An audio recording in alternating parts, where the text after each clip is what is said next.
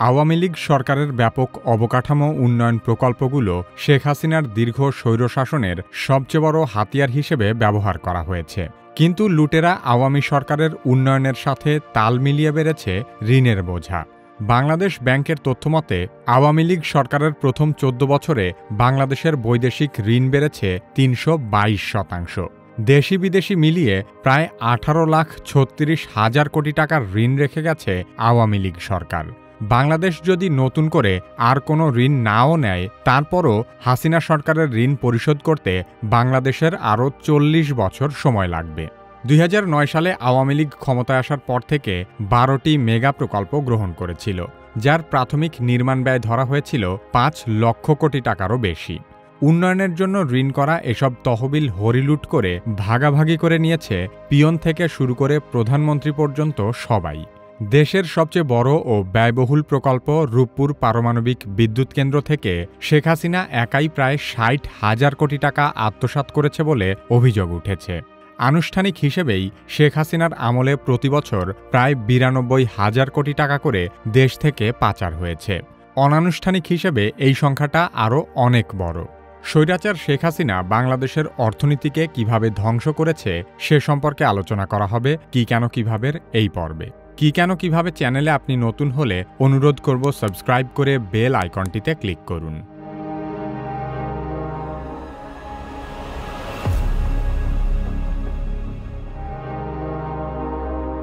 বাংলাদেশ সাধারণত বিশ্বব্যাংক, আন্তর্জাতিক মুদ্রা তহবিল, এশিয়ান ডেভেলপমেন্ট ব্যাংক এবং বন্ধুসুলভ দেশগুলোর বহুপাক্ষিক প্রতিষ্ঠান থেকে বৈদেশিক ঋণ গ্রহণ করে। তবে শেখ হাসিনার সরকার বিদেশি ঋণের চেয়ে দেশের অভ্যন্তরীণ বিভিন্ন খাত থেকে ঋণ নিতে বেশি আগ্রহী ছিল। আপাত দৃষ্টিতে মনে হতে পারে বিদেশি ঋণের বদলে দেশি ঋণ নেওয়াই হয়তো ভালো বিকল্প, কিন্তু বিষয়টি মোটেও সেরকম নয়। সাধারণত বিদেশি ঋণের সুদের হার তুলনামূলক কম হয় এবং এইসব ঋণ পরিশোধ করার জন্যও বেশ দীর্ঘ সময় পাওয়া যায়। কিন্তু বিদেশি ঋণ পাওয়ার জন্য দর কষাকষি করার সক্ষমতা থাকতে হয়। সেই সাথে ঋণের টাকা খরচ করার ব্যাপারেও বেশ কিছু নিয়ম নীতি মেনে চলতে হয়। অনেক ক্ষেত্রে ঋণদাতা প্রতিষ্ঠানগুলো ঋণের টাকা দিয়ে যেসব উন্নয়ন প্রকল্প বাস্তবায়ন করা হচ্ছে সেগুলোর উপর সরাসরি নজরদারি করে। আওয়ামী লীগ সরকারের কর্মকাণ্ডের উপর বিদেশি নজরদারি তাদের একদমই পছন্দ ছিল না। সেই সাথে বেশ কিছু বিদেশি ঋণ পেতে ব্যর্থ হয়ে শেখ হাসিনা দেদারসে দেশীয় উৎস থেকে ঋণ নিতে শুরু করে। দেশি ঋণের প্রধান উৎস হল বাংলাদেশ ব্যাংক এবং অন্যান্য উৎস হল সাধারণ বাণিজ্যিক ব্যাংক এবং বিভিন্ন আর্থিক প্রতিষ্ঠান। বাংলাদেশ ব্যাংক থেকে ঋণ নেওয়ার অর্থই হল ইচ্ছেমতো টাকা ছাপানো। এর ফলে বাজারে টাকার সরবরাহ অনেক বেড়ে যায়, সেই সাথে মূল্যস্ফীতিও বাড়তে থাকে লাগামহীন গতিতে। বাংলাদেশ পরিসংখ্যান ব্যুরোর তথ্য অনুযায়ী বর্তমানে দেশের সার্বিক মূল্যস্ফীতি প্রায় ১২%, কিন্তু খাদ্যপণ্যের ক্ষেত্রে এই মূল্যস্ফীতি ১৪% ছাড়িয়ে গেছে। তার মানে আগে যে খাবার আপনি ১০০ টাকা দিয়ে কিনতে পারতেন সেই খাবারের বর্তমান দাম ১১৪ টাকা, যদিও বাস্তবে এই মূল্যস্ফীতি আরও অনেক বেশি। তবে হাসিনা সরকার যে বিদেশি ঋণ কম নিয়েছে বিষয়টি মোটেও সেরকম নয়। অধিকাংশ বিদেশি ঋণই নেওয়া হয়েছে কোনো ধরনের দর কষাকষি ছাড়া। ২০০৯ সালে আওয়ামী লীগ সরকার ক্ষমতায় আসার সময় বাংলাদেশের বৈদেশিক ঋণের পরিমাণ ছিল ২,৮০,০০০ কোটি টাকা।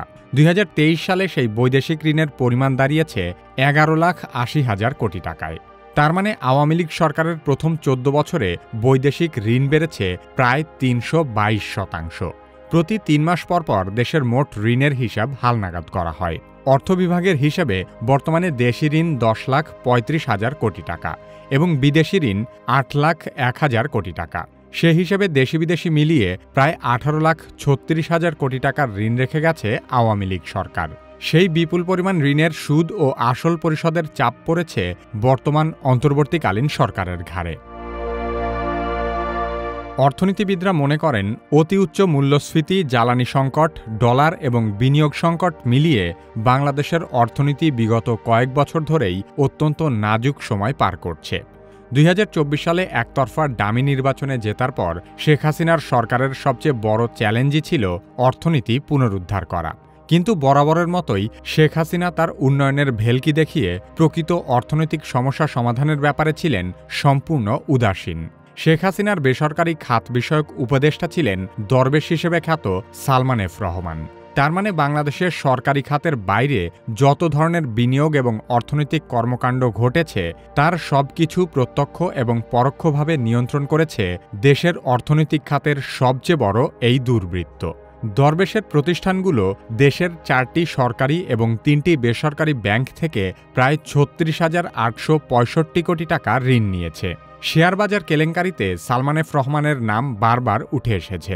বিশেষ করে 2010 সালে জিএমজি এয়ারলাইন্সের মাধ্যমে শেয়ারবাজার থেকে 400 কোটি টাকা হাতিয়ে নেওয়ার ঘটনায় তার ভূমিকা ছিল সবচেয়ে উল্লেখযোগ্য। সাবেক স্বৈরশাসক শেখ হাসিনার প্রশ্রয়ে ব্যাংক দখল, লুটপাট আর অর্থবাজারের আরেক খলনায়ক এস আলম গ্রুপ কোনো ধরনের আইনের তোয়াক্কা না করে সরকারি গোয়েন্দা সংস্থার সহযোগিতায় ব্যাংকের মূল মালিকদের মাথায় অস্ত্র ঠেকিয়ে ইসলামী ব্যাংকসহ দেশের 7টি ব্যাংক দখলে নেয় এস আলম গ্রুপ। একের পর এক দেশের বড় বড় ব্যাংক দখল করে নেওয়ার এই প্রক্রিয়ায় এস আলম গ্রুপকে সরাসরি সহায়তা করেছে খোদ বাংলাদেশ ব্যাংক। ইসলামী ব্যাংকগুলোকে জামাতমুক্ত করার নামে শেখ হাসিনা দেশের 4টি ইসলামী ব্যাংককে এস আলমের হাতে তুলে দিয়েছে। সেই সুযোগকে কাজে লাগিয়ে ব্যাংকগুলোতে মাত্র কয়েক হাজার কোটি টাকা বিনিয়োগ করে তার বিপরীতে প্রায় 2,51,000 কোটি টাকা লুট করেছে এস আলম গ্রুপ। এর মধ্যে শুধুমাত্র সিঙ্গাপুরেই 1 লক্ষ কোটি টাকার বেশি পাচারের অভিযোগ রয়েছে এস আলমের বিরুদ্ধে। অর্থনীতিবিদরা বলেন, একটি দেশের ব্যাংকিং খাত সেই দেশের অর্থনীতির হৃৎপিণ্ডের মতো। শেখ হাসিনার মাফিয়া সরকার দেশের সকল আর্থিক খাতে সীমাহীন দুর্নীতি আর লুটপাটের মাধ্যমে বাংলাদেশের হৃৎপিণ্ডে ছুরি চালিয়েছে। শেখ হাসিনার প্রশ্রয়ে বেনজির, আসাদুজ্জামান এবং হারুনের মতো পুলিশ কর্মকর্তারা প্রত্যেকেই হাজার হাজার কোটি টাকার সম্পদের মালিক হয়েছে। মাফিয়া হাসিনা সরকারের দুর্নীতিবান্ধব প্রশাসনে মতিউরের মতো সরকারি কর্মকর্তারা সীমাহীন লুটপাট করে বিদেশে অসংখ্য বেগমপাড়া গড়ে তুলেছে। এমনকি শেখ হাসিনার পিয়ন থেকে শুরু করে পিএসসির ড্রাইভার পর্যন্ত সরকারি নিম্নপদস্থ কর্মচারীরাও হয়েছে শত শত কোটি টাকার মালিক। এর বাইরে রাজনীতিবিদদের অপকর্মের ফিরিস্তি তো বাকিই আছে। এগুলো সবই হিমশৈলের চূড়ামাত্র। যে কয়জনের দুর্নীতি আমাদের সামনে এসেছে তাতেই এত ভয়াবহ চিত্র দেখা যাচ্ছে। সকল ক্ষেত্রে নজিরবিহীন দুর্নীতির প্রকৃত চিত্র উঠে আসলে তখনই আসলে বোঝা যাবে যে শেখ হাসিনা বাংলাদেশের কত বড় ক্ষতি করে গেছে। একদিকে দুর্নীতির মাধ্যমে দেশের অর্থনীতিকে ফোকলা করে ফেলা, অন্যদিকে ব্যাপক দেশি বিদেশি ঋণ গ্রহণের মাধ্যমে বাংলাদেশকে একটি গভীর সংকটে ফেলে দিয়ে গেছে হাসিনা সরকার। মাত্র 1 দশক আগেও 2012-13 অর্থবছরে বৈদেশিক ঋণ হিসেবে বাংলাদেশকে পরিশোধ করতে হয়েছে 13,000 কোটি টাকা।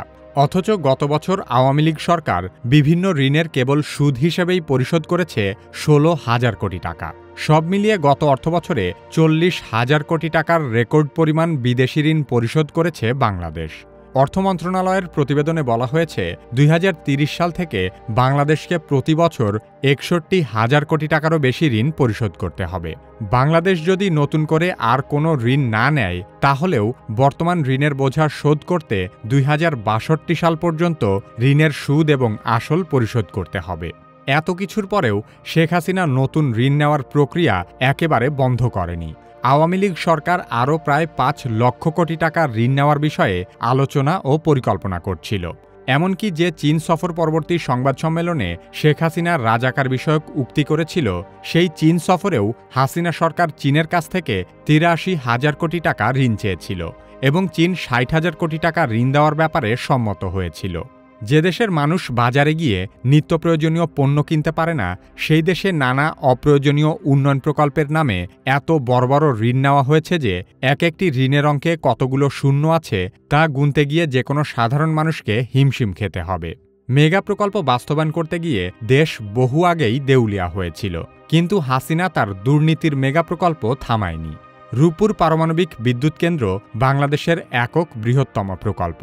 এখনো পর্যন্ত বাস্তবায়িত হওয়া দেশের সবচেয়ে বড় প্রকল্প ধরা হয় পদ্মা সেতুকে। কিন্তু এই পারমাণবিক বিদ্যুৎ কেন্দ্র চালু হলে এটিই হবে বাংলাদেশের ইতিহাসের সবচেয়ে ব্যয়বহুল প্রকল্প। কারণ রূপপুর পারমাণবিক বিদ্যুৎ কেন্দ্র নির্মাণের বাজেট ধরা হয়েছিল 1,13,000 কোটি টাকা। ডলারের দাম বেড়ে যাওয়ার কারণে সেই বাজেট হয়েছে 1,42,000 কোটি টাকা। অথচ পদ্মা সেতুর বাজেট ছিল 30,000 কোটি টাকা। তার মানে রূপপুর পারমাণবিক বিদ্যুৎ কেন্দ্র নির্মাণে যত টাকা খরচ হবে তা দিয়ে 5টি পদ্মা সেতু বানানো যাবে। রাশিয়ার কাছ থেকে $12 বিলিয়ন ঋণ নিয়ে করা রূপপুর পারমাণবিক বিদ্যুৎ কেন্দ্রের উৎপাদন ক্ষমতা 2400 মেগাওয়াট। অথচ ভারতের তামিলনাড়ুতে 2000 মেগাওয়াট বিদ্যুৎ উৎপাদনের একটি প্রকল্প করা হয়েছে মাত্র $6 বিলিয়ন দিয়ে। বাংলাদেশে একই প্রযুক্তির পারমাণবিক বিদ্যুৎ কেন্দ্র বানাতে ভারতের চেয়ে দ্বিগুণ খরচ হলো কেন? এর কারণটা কিছুদিন আগেই পরিষ্কার হয়েছে যখন গ্লোবাল ডিফেন্স কর্পের একটি প্রতিবেদনে দেখা যায় রূপপুর পারমাণবিক বিদ্যুৎ কেন্দ্র থেকে শেখ হাসিনা একাই 60,000 কোটি টাকা আত্মসাৎ করেছে। মালয়েশিয়ার কয়েকটি ব্যাংকের মাধ্যমে এই টাকা পাচার করতে সহযোগিতা করেছে শেখ হাসিনার পুত্র সজীব ওয়াজেদ জয় এবং তার ভাগ্নি যুক্তরাজ্যের পার্লামেন্ট সদস্য টিউলিপ সিদ্দিক। শেখ হাসিনা কথায় কথায় মেগা প্রকল্পগুলো নিয়ে এমন আচরণ দেখিয়েছে যেন এগুলো সে তার নিজের পকেটের টাকা দিয়ে তৈরি করেছে।